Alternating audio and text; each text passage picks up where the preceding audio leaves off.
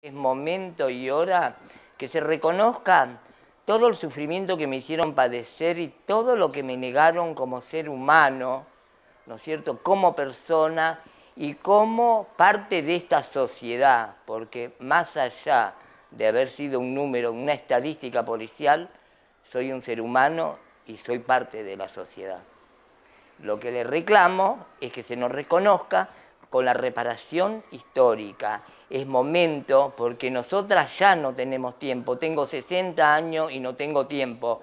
Tengo muchas amigas que ya se fueron sin siquiera ser reconocidas. Se fueron con el sufrimiento y el padecimiento del pasado. Yo no quiero ser una más.